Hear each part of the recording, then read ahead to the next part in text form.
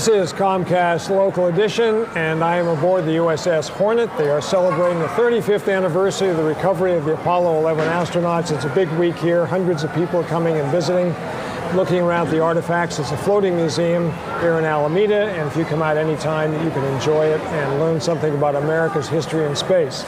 Ned Dodds is with us right now. He is a man who's interested in exploration of planets, going to Mars, right, and beyond, perhaps. Is that right? Wherever. Also a member of the Sierra Club, which gives you another perspective on Earth and the exploration of other worlds. Absolutely. Tell us a little bit about why man continues to expand. I believe that humanity has always explored new territories since we began on this planet 100,000 years ago. And every single one of us does it when we move into a new house. We go out and explore the neighborhood. When somebody else moves into the neighborhood, we go introduce ourselves, make them welcome, and find out who they are. We have to kid-proof our house when the toddler turns into a curtain climber. And we all know about that. I mean, curiosity and exploration is inbred. And up until now, we've been able to do it horizontally, finding air to breathe wherever we go, and sometimes food to eat, and so on. Sometimes we have to take it with us. But now we've turned outward, and the technology changes, but it's still continuing the same old trend. Now, you've created a website that people can get on to get more information about space travel and the potential for space travel. Is that right? That's correct, yeah. www.beyondearthorbit.org. And the first thing you find out is that Ned Dodds is not an artist. And the second thing you find out is that there's a connection, a link to every website for every spacecraft that's gone out there, and quite a few that are going to go in the future. Okay. Let's talk about some of your ideas about going to Mars and setting up a space station and perhaps setting up some place where people would actually live. Now, for someone who's a member of the Sierra Club and used to trees and rivers and nice things like that, maybe you're not going to find that on Mars. We may find water. That's our next hope, right? Right. So that would set up the potential for being on Mars.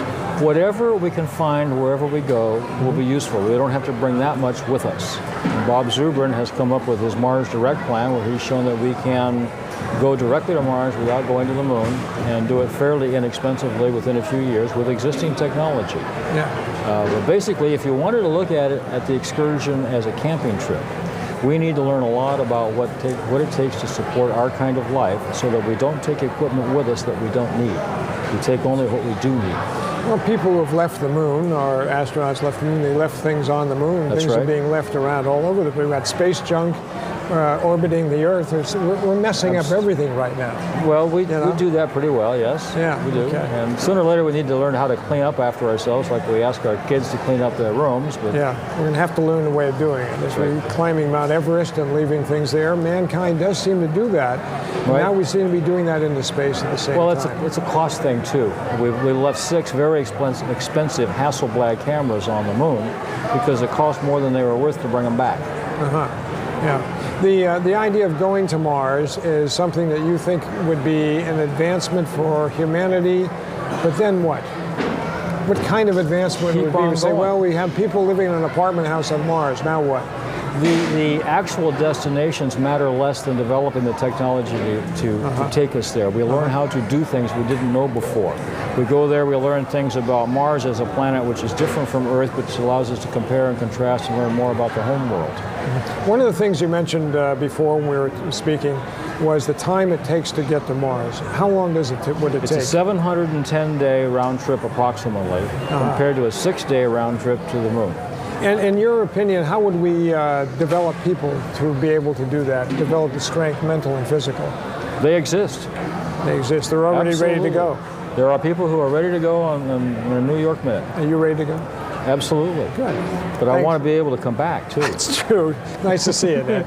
That's Comcast Local Edition on the USS Hornet. Thanks for joining us. Thanks for watching.